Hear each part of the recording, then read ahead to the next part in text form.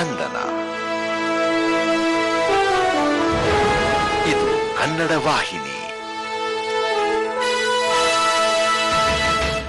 ಹೇಳಿ ಕಾರ್ಯಕ್ರಮದ ಪ್ರಾಯೋಜಕರು ಕರ್ನಾಟಕ ರಾಜ್ಯ ಏಡ್ಸ್ ಪ್ರಿವೆನ್ಷನ್ ಸೊಸೈಟಿ.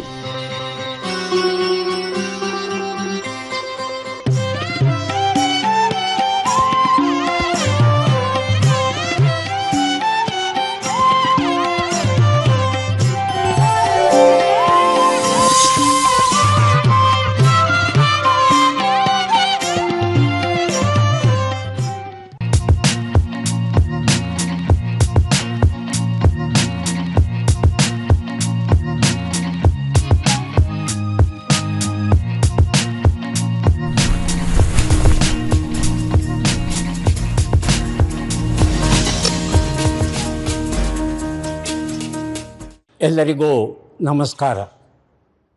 ಥಟ್ಟಂತ ಹೇಳಿ ಕ್ವಿಜ್ ಕಾರ್ಯಕ್ರಮಕ್ಕೆ ತಮಗೆಲ್ಲ ಸ್ವಾಗತ. 1947 ಸ್ವಾತಂತ್ರ್ಯ ಬಂದ ದಿನ. ನಾವೆಲ್ಲರೂ ಹೆಮ್ಮೆಯಿಂದ ಅಮೃತ ಮಹೋತ್ಸವವನ್ನು ಆಚರಿಸಿದ್ದೀವಿ. ಆ ಆಚರಣೆಯ ಘಮಲು ಇನ್ನೂ ಮುಗಿಯುವಷ್ಟರಲ್ಲೇ ಮತ್ತೊಂದು ಸಂಭ್ರಮಕ್ಕೆ ನಾವು ಅಣಿಯಾಗಬೇಕಾಗಿದೆ.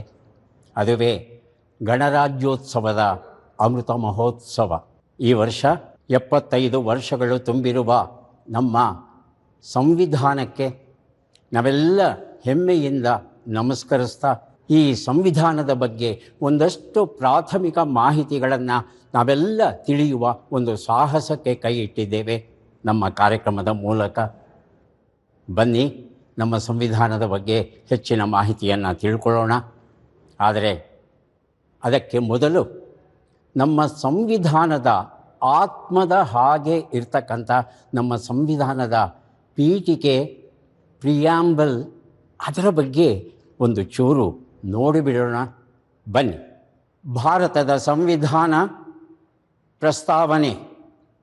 ಭಾರತದ ಜನಗಳಾದ ನಾವು ಭಾರತವನ್ನು ಒಂದು ಸಾರ್ವಭೌಮ, ಸಮಾಜವಾದಿ, ಸರ್ವಧರ್ಮ ಸಮಭಾವದ ಪ್ರಜಾಸತ್ತಾತ್ಮಕ ಗಣರಾಜ್ಯವಾಗಿ ರಚಿಸಲು ಮತ್ತು ಅದರ ಸಮಸ್ತ ನಾಗರಿಕರಿಗೆ ಸಾಮಾಜಿಕ, ಆರ್ಥಿಕ ಮತ್ತು ರಾಜಕೀಯ ನ್ಯಾಯ, ವಿಚಾರ, ಅಭಿವ್ಯಕ್ತಿ, ವಿಶ್ವಾಸ, ಧರ್ಮಶ್ರದ್ಧೆ ಮತ್ತು ಉಪಾಸನಾ ಸ್ವಾತಂತ್ರ್ಯ, ಸ್ಥಾನಮಾನ ಹಾಗೂ ಅವಕಾಶ ಸಮಾನತೆ ದೊರೆಯುವಂತೆ ಮಾಡಲು ಮತ್ತು ವ್ಯಕ್ತಿ ಗೌರವವನ್ನು, ರಾಷ್ಟ್ರದ ಏಕತೆಯನ್ನು ಹಾಗೂ ಅಖಂಡತೆಯನ್ನು ಸುನಿಶ್ಚಿತಗೊಳಿಸಿ ಅವರಲ್ಲಿ ಭ್ರಾತೃಭಾವನೆಯನ್ನು ವೃದ್ಧಿಗೊಳಿಸಲು ಶ್ರದ್ಧಾಪೂರ್ವಕ ಸಂಕಲ್ಪ ಮಾಡಿದವರಾಗಿ ನಮ್ಮ ಸಂವಿಧಾನ ಸಭೆಯಲ್ಲಿ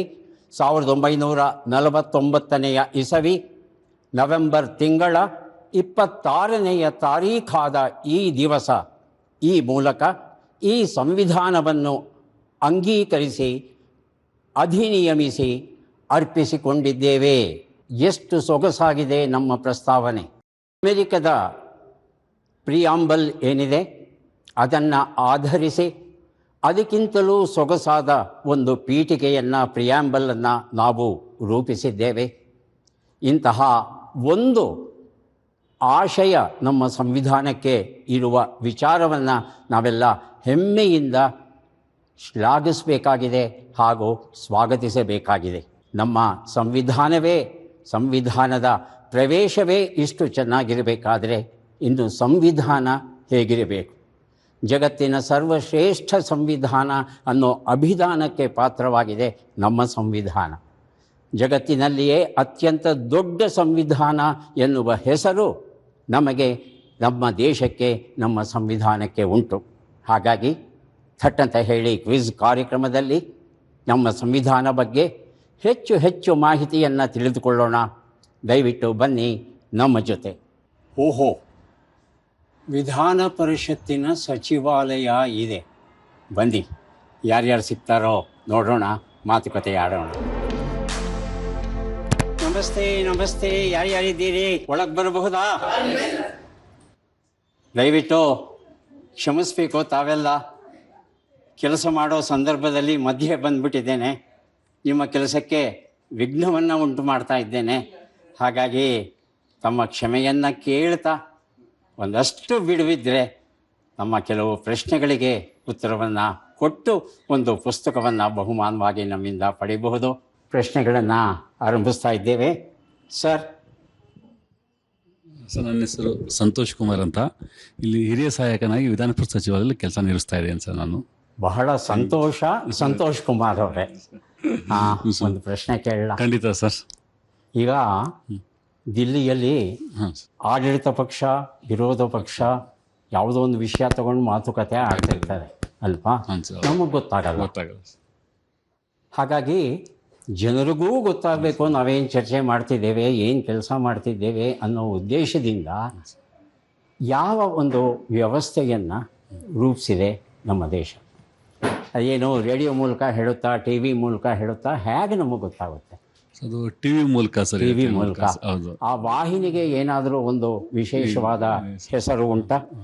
ಸಂಸತ್ ಟಿವಿ ಅಂತಾನೆ ಒಂದು ಸಂಸತ್ ಚಾನಲ್ ಅಂತ ಮಾಡಿದ್ದಾರೆ ಸರ್. ಈ ಹಿಂದಿಯಲ್ಲಿ ಸಂಸದ್ ಅನ್ನೋ ಶಬ್ದ ಬಹಳ ಜನಪ್ರಿಯ ಆಗೋಗಿದೆ. ಆದರೆ ಕನ್ನಡದಲ್ಲಿ ನಾವು ಸಂಸತ್ತು ಅಥವಾ ಸಂಸದ ಅಂತ ಹೇಳ್ತೇವೆ. ಸಂಸತ್ ಸರಿಯಾದದ್ದು, ಸಂಸತ್ ಟಿವಿ ಸರಿಯಾದ ಉತ್ತರ. ಒಂದು ಪುಸ್ತಕ ಕೊಡ್ತೇನೆ ತಮಗೆ. ಮೇಡಮ್, ತಮ್ಮ ಪರಿಚಯ? ಸರ್ ನಮಸ್ತೆ, ನನ್ನ ಹೆಸರು ಜ್ಯೋತಿ ಅಂತ ಸರ್. ನಾನು ಇಲ್ಲಿ ಕರ್ನಾಟಕ ವಿಧಾನ ಪರಿಷತ್ತಿನಲ್ಲಿ ಅಧೀನ ಕಾರ್ಯದರ್ಶಿಯಾಗಿ ಕೆಲಸ ಮಾಡ್ತಾ ಇದ್ದೀನಿ ಸರ್. ತುಂಬ ಸಂತೋಷ. Thank you sir. ಈ ವಿಧಾನಸೌಧದ ಕಟ್ಟಡ ಏನಿದೆ, ನಾವೆಲ್ಲ ಇದ್ದೇವಲ್ವಾ, ಈ ಕಟ್ಟಡ ಇದು ಕೇವಲ ಭಾರತದಲ್ಲಿ ಮಾತ್ರ ಅಲ್ಲ, ವಿಶ್ವದಲ್ಲೇ ಅತ್ಯಂತ ಸುಂದರ ಕಟ್ಟಡಗಳಲ್ಲಿ ಒಂದಿದೆ. ಇಂತಹ ಒಂದು ಕಟ್ಟಡವನ್ನು ಕಟ್ಟಬೇಕು ಅನ್ನೋ ಕನಸನ್ನು ಕಂಡವ್ರು ಯಾರು? ಮತ್ತು ಮೊದಲ ಅಧಿವೇಶನ ನಡೆದಾಗ ಇಲ್ಲಿ ಎಷ್ಟು ಸದಸ್ಯರು ಇದ್ದರು ಅಂತ ತಿಳ್ಕೋಬೇಕು. ನಾನು ಆಯ್ಕೆ ಕೊಡ್ತೇನೆ. 208 ಸದಸ್ಯರಿದ್ದರ ಅಥವಾ 218 ಸದಸ್ಯರಿದ್ದರ? Sir 208 ಸದಸ್ಯರಿದ್ದರು sir. 208 ಸದಸ್ಯರು. ಬಹಳ ಸಂತೋಷ. ಈ ವಿಧಾನಸೌಧದ ಹಿನ್ನೆಲೆ ಏನಾದರೂ ಗೊತ್ತಾ ತಮಗೆ? ಸರ್ ಇದು ಒಂದು ಅದು ಪ್ರಾಚೀನ ಕಾಲದಿಂದ ಬಂದಿರುವಾಗ ಮೊದಲು ಇದು ಅಧಿವೇಶನನ ಮೊದಲು ಇಲ್ಲಿ ವಿಧಾನಸೌಧ ಬದಲಾಗಿ ಈಗಿರುವ ಹೈಕೋರ್ಟ್ ಅಂದರೆ ಆ ಸಮಯದಲ್ಲಿ ಅದನ್ನು 18 ಕಚೇರಿ ಅಂತ ಇದು ಮಾಡಿಬಿಟ್ಟು ಆವಾಗ 100 ಸದಸ್ಯರನ್ನು ಒಳಗೊಂಡಂತೆ ಅಧಿವೇಶನ ಪ್ರಾರಂಭಿಸಿದ್ರು. ತದನಂತರ ಇಲ್ಲಿ ವಿಧಾನಸೌಧನ ಕಟ್ಟಡ ನಿರ್ಮಿಸಿಬಿಟ್ಟು ಆ ಸಂದರ್ಭದಲ್ಲಿ 208 ಸದಸ್ಯರನ್ನು ಒಳಗೊಂಡಂತೆ ಅಧಿವೇಶನ ಪ್ರಾರಂಭ ಮಾಡಿದ್ರು ಸರ್. ಸರಿಯಾದ ಉತ್ತರ ಕೊಟ್ರಿ. 18 ಕಚೇರಿಯಲ್ಲಿ ಮೊದಲ ಅಧಿವೇಶನ ನಡೆದಾಗ ಕೆಂಗಲ್ ಹನುಮಂತಯ್ಯ ಅವರು ಮುಖ್ಯಮಂತ್ರಿಗಳಾಗಿ ಆಯ್ಕೆಯಾಗ್ತಾರೆ.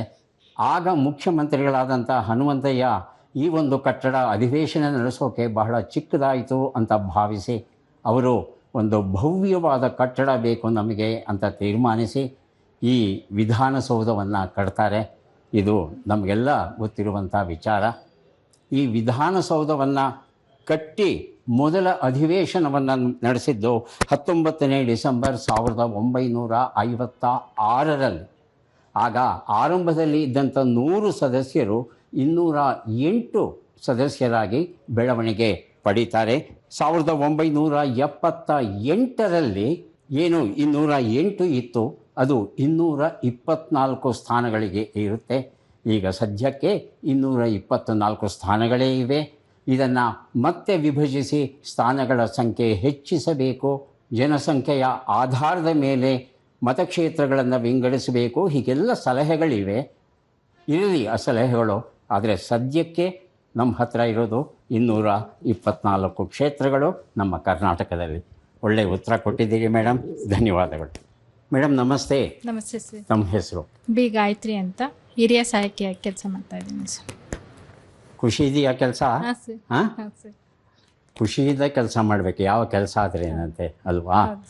ನಮ್ಮ ಪಾಲಿಗೆ ಬಂದದ್ದನ್ನು ಅದೇ ಪಂಚಾಮೃತ ಅಂತ ಸ್ವೀಕರಿಸಿ ಅದನ್ನೇ ಪ್ರಾಮಾಣಿಕವಾಗಿ ಮಾಡಿದ್ರೆ ಸಾಕಾಗುತ್ತೆ. ತುಂಬ ಸಂತೋಷವಾಯಿತು.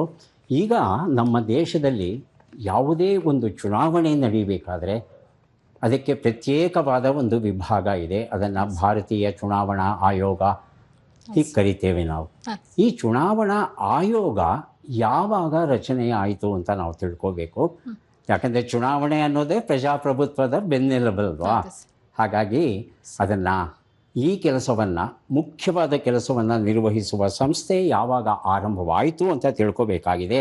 1947ರಲ್ಲಿ ಆರಂಭವಾಯಿತಾ, 1950ರಲ್ಲಿ ಆರಂಭವಾಯಿತು? 1950ರಲ್ಲಿ. 1950 ಅಂತ ಹೇಳ್ತಾ ಇದ್ದೀರಿ. ಯಾಕೆ 1950? 1947 ಅಲ್ಲ ಸರ್, ನಮ್ದು ಕಾನ್ಸ್ಟಿಟ್ಯೂಷನ್ ಅಂಗೀಕಾರ ಆಗಿದ್ದೆ 1915 26 ಜನವರಿ. ಬಹಳ ಒಳ್ಳೆ ಮಾಹಿತಿ ಕೊಟ್ಟರೆ ತಾವು. 1950ರಲ್ಲಿ ನಮ್ಮ ಸಂವಿಧಾನ ಅಧಿಕೃತವಾಗಿ ಜಾರಿಗೆ ಬರುತ್ತೆ. ಈ ದಿನವನ್ನು ಗಣರಾಜ್ಯೋತ್ಸವ ಅಂತ ನಾವೆಲ್ಲ ಆಚರಿಸ್ತಾ ಇದ್ದೇವೆ. 75 ವರ್ಷಗಳಾಗಿದೆ ಅಲ್ವಾ? ಖುಷಿ ಪಡೋದಲ್ವಾ? ಸಂವಿಧಾನ ಇದ್ರೇನೆ ಚುನಾವಣಾ ಆಯೋಗ ನೇಮಕ ಆಗಲಿಕ್ಕೆ ಸಾಧ್ಯ.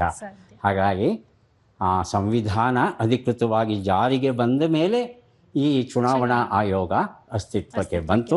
ಒಳ್ಳೆ ಮಾಹಿತಿ ಕೊಟ್ಟರೆ ಧನ್ಯವಾದಗಳು. ಭಾರತೀಯ ಚುನಾವಣಾ ಆಯೋಗದ ಕೆಲಸ ಅಷ್ಟು ಸುಲಭ ಅಲ್ಲ, ನಿಜಕ್ಕೂ ಕಷ್ಟವಾದದ್ದು. ಯಾಕಂದರೆ ರಾಷ್ಟ್ರಪತಿಗಳಿಂದ ಹಿಡಿದು ವಿಧಾನಸಭೆ, ವಿಧಾನ ಪರಿಷತ್ತು, ಲೋಕಸಭೆ ಎಲ್ಲದಕ್ಕೂ ಅವರು ಚುನಾವಣೆಗಳನ್ನು ನಿರ್ವಹಿಸಬೇಕಾಗುತ್ತೆ.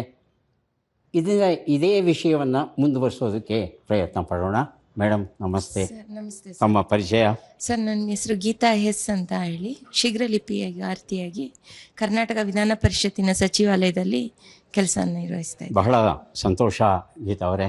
ಸರ್, ತುಂಬ ಚುನಾವಣೆಗಳು ನಡೆಯುತ್ತೆ ನಮ್ಮ ದೇಶದಲ್ಲಿ. ಈ ಚುನಾವಣೆಗಳು ನ್ಯಾಯಯುತವಾಗಿ ನಡೀಬೇಕು ಅಂತ ಹೇಳಿ ನಮ್ಮ ಸರ್ಕಾರ ವಿಜ್ಞಾನಿಗಳ ಸಹಾಯ ತಗೊಂಡು ವಿದ್ಯುನ್ಮಾನ ಮತಯಂತ್ರ, ಎಲೆಕ್ಟ್ರಾನಿಕ್ ವೋಟಿಂಗ್ ಮೆಷಿನ್ ಇದನ್ನು ಜಾರಿಗೆ ತಂದಿದೆ. ಅದು ನಮಗೆಲ್ಲ ಗೊತ್ತಿರುವಂಥ ವಿಚಾರ. ಇದನ್ನು ಮೊದಲ ಬಾರಿಗೆ ಎಲ್ಲಿ ಬಳಸ್ತು ಅಂತ ತಿಳ್ಕೋಬೇಕು. ಯಾವ ವರ್ಷದಲ್ಲಿ ಅಂತ. 2003ರಲ್ಲ, 2004ರಲ್ಲ, 2004ರಲ್ಲಿ ಸರ್. 2004. ತಮ್ಮ ಉತ್ತರ ಸರಿಯಾಗಿದೆ. ನಮಗೆ ಪುಸ್ತಕವನ್ನು ಕೊಡ್ತಾ ಇದ್ದೇವೆ. ಮುಖ್ಯವಾಗಿ ಈ ವಿದ್ಯುನ್ಮಾನ ಮತಯಂತ್ರವನ್ನು ತರೋದಕ್ಕೆ ಕಾರಣ ಏನು ಅಂದರೆ ಬೂತ್ ಕ್ಯಾಪ್ಚರಿಂಗ್ ಅಂತ. ಹಾಗಂದರೆ ಏನಂತ ಗೊತ್ತಾ? ಬೂತ್ ಕ್ಯಾಪ್ಚರಿಂಗ್ ಅಂದರೆ ಈ ಮತಗಳನ್ನು ಚಲಾಯಿಸುವ ಮತಗಟ್ಟೆಗಳಿರುತ್ತಲ್ಲ, ಅಲ್ಲಿಗೆ ಒಂದಷ್ಟು ಗುಂಡಗಳು ನುಗ್ಗಿಬಿಟ್ಟು ಅಲ್ಲಿರೋ ಡಬ್ಬ ತಗೊಂಡು ಯಾರ್ಯಾರು ಮತ ಚಲಾಯಿಸಿರ್ತಾರೋ ಅದನ್ನೆಲ್ಲ ಬಿಸಾಕ್ಬಿಟ್ಟು ತಮ್ಮ ಕಡೆಯವರು ಯಾರು ಇರ್ತಾರೆ ಅಭ್ಯರ್ಥಿ, ಅವರದ್ದೇ ಮುದ್ರೆ ಒತ್ತುಬಿಟ್ಟು ತುಂಬಿಸ್ಬಿಡೋದು. Booth capturing. ಇದನ್ನು ತಡೆಗಟ್ಟಬೇಕು ಅನ್ನೋ ಉದ್ದೇಶದಿಂದ ಈ ಒಂದು ವಿದ್ಯುನ್ಮಾನ ಯಂತ್ರಗಳನ್ನು ತಂದಿದೆ. ಇದನ್ನು 2004ರಲ್ಲಿ ಇದನ್ನು ಪ್ರಯೋಗಿಸ್ತು ಮೊದಲ ಬಾರಿಗೆ. ಈಗ ಅಸ್ತಿತ್ವದಲ್ಲಿ ಇರ್ತಕ್ಕಂಥ ಯಂತ್ರಗಳು ಏನಿವೆ ಅತ್ಯಂತ ಸುಧಾರಿತವಾದ ಯಂತ್ರಗಳು. ಇದನ್ನು ಹ್ಯಾಕಿಂಗ್ ಮಾಡಬೇಕು, ಹೇಗಾದರೂ ಮಾಡಿ ಇದರ ತಲೆ ಕೆಡಿಸಿ ನಮ್ಮ ಓಟುಗಳನ್ನು ತುಂಬಿಸೋಕ್ಕಾಗುತ್ತೋ ಅಂತ ತುಂಬ ಜನ ಪ್ರಯತ್ನ ಪಡ್ತಿದ್ದಾರೆ. ಆದರೆ ಇದು ಸಾಧ್ಯ ಆಗಿಲ್ಲ. ಅಷ್ಟು ಸೊಗಸಾಗಿ ಅದ್ಭುತವಾಗಿ ಈ ಒಂದು ಎಲೆಕ್ಟ್ರಾನಿಕ್ ವೋಟಿಂಗ್ ಮೆಷೀನ್ ಏನಿದೆ ಇದನ್ನು ನಮ್ಮ ವಿಜ್ಞಾನಿಗಳು ರೂಪಿಸಿದ್ದಾರೆ. ಅದನ್ನು ಅಷ್ಟೇ ಪರಿಣಾಮಕಾರಿಯಾಗಿ ನಮ್ಮ ಭಾರತೀಯ ಚುನಾವಣಾ ಆಯೋಗವು ಎಲ್ಲ ಚುನಾವಣೆಗಳಲ್ಲಿ ಅದನ್ನು ಬಳಸ್ಕೋತಾ ಬರ್ತಾ ಇದೆ. ಹಾಗಾಗಿ ಸರ್ಕಾರವನ್ನು, ವಿಜ್ಞಾನಿಗಳನ್ನು ಅಭಿನಂದಿಸೋಣ. ಭಾವರಾಮಾಯಣ ರಾಮಾವತರಣ ಶ್ರೀ ರಾಮಚಂದ್ರಾಪುರ ಮಠ ಪ್ರಕಟಿಸಿರುವಂಥ ಕೃತಿ, ಸೊಗಸಾದ ಕೃತಿ ತಮಗೆ ಕೊಟ್ಟಿದ್ದೇವೆ, ದಯವಿಟ್ಟು ಸ್ವೀಕರಿಸಿ.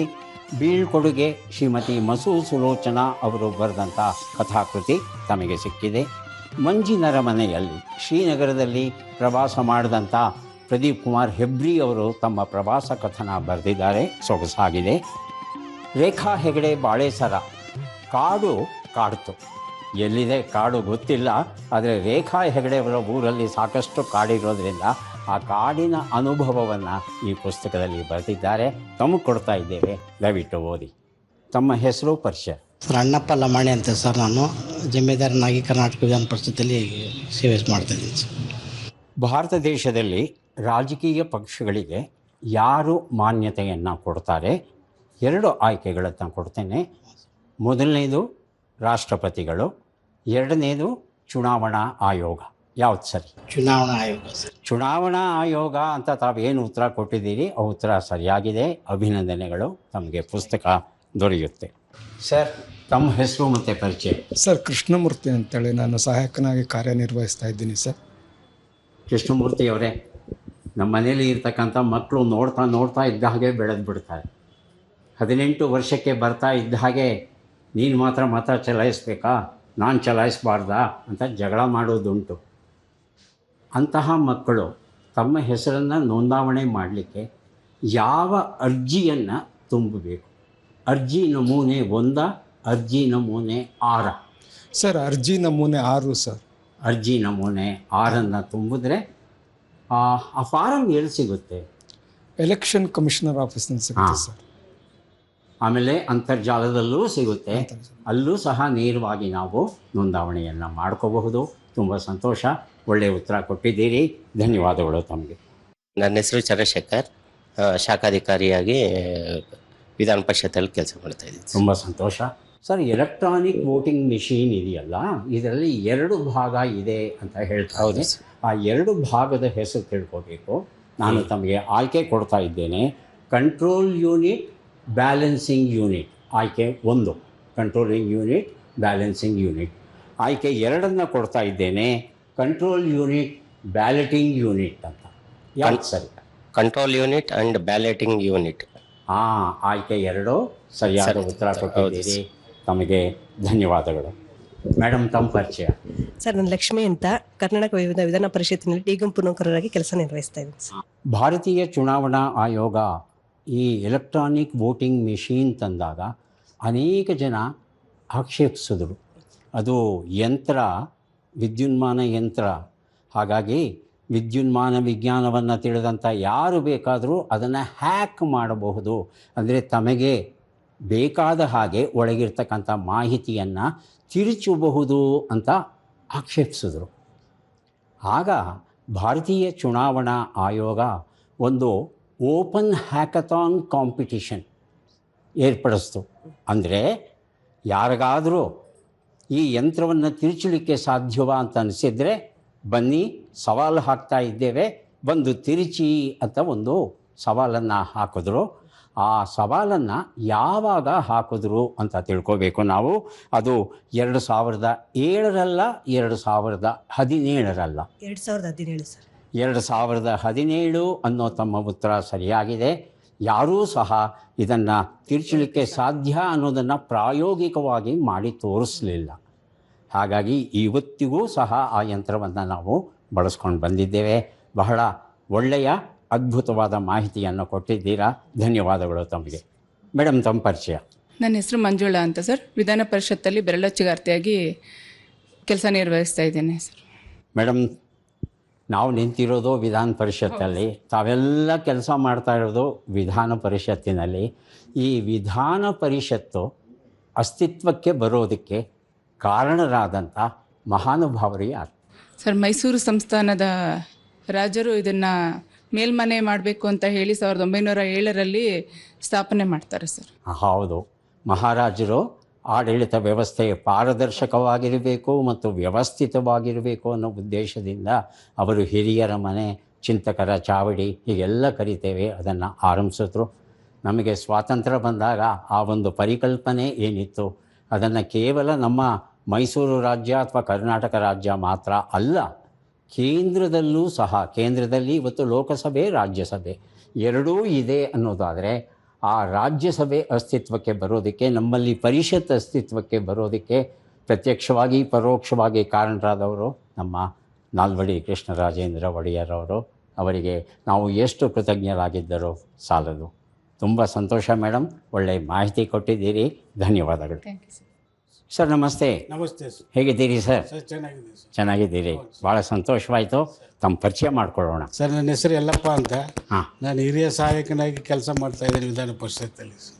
ತುಂಬ ಸಂತೋಷ. ಈ ಚುನಾವಣೆಯಲ್ಲಿ ನೀವು ಮತವನ್ನು ಹಾಕಿದ್ದೀರಿ ಅನ್ನೋ ಪುರಾವೆಗಾಗಿ, ಗುರುತಿಗಾಗಿ ಕೈಗೆ ಬಣ್ಣ ಹಚ್ತಾರೆ. ಈ ಬಣ್ಣ ಸುಮಾರು ಎಷ್ಟು ದಿನಗಳ ಕಾಲ ಉಳಿಬಹುದು? ನಾನು ಆಯ್ಕೆ ಕೊಡಲಾ? 1 ವಾರ, 1 ತಿಂಗಳು? 1 ತಿಂಗಳು ಸರ್. 1 ತಿಂಗಳು. 1 ತಿಂಗಳು ಅನ್ನೋದು ಹೌದು ಸರಿಯಾದ ಉತ್ತರ. ಇದರಲ್ಲಿ ಬೇರೆ ಬೇರೆ ಶಕ್ತಿ ಇರ್ತಕ್ಕಂಥ ಶೇಕಡ 14ರಷ್ಟು 16ರಷ್ಟು 18ರಷ್ಟು ನಾನಾ ರೀತಿಯ ಬಣ್ಣಗಳು ಬರುತ್ತವೆ. ಆ ಸಂದರ್ಭಕ್ಕೆ ಅನುಗುಣವಾಗಿ ಯಾವ ಶಕ್ತಿಯ ಬಣ್ಣ ಬೇಕು ಅಂತ ನಿರ್ಧರಿಸ್ತಾರೆ. ಸುಮಾರು 1 ತಿಂಗಳವರೆಗಂತೂ ಇದು ಇದ್ದೇ ಇರುತ್ತೆ. ಬಹಳ ಒಳ್ಳೆಯ ಉತ್ತರ ಕೊಟ್ಟರೆ ಧನ್ಯವಾದಗಳು. ತುಂಗ ಗಾಯತ್ರಿಯವರು ಬರೆದಂಥ ಕಾದಂಬರಿ. ಜಪಾನ್ನಲ್ಲಿ ಒಂದು ಅಪರೂಪವಾದ ಶಾಲಾ ವ್ಯವಸ್ಥೆ ಇದೆಯಂತೆ.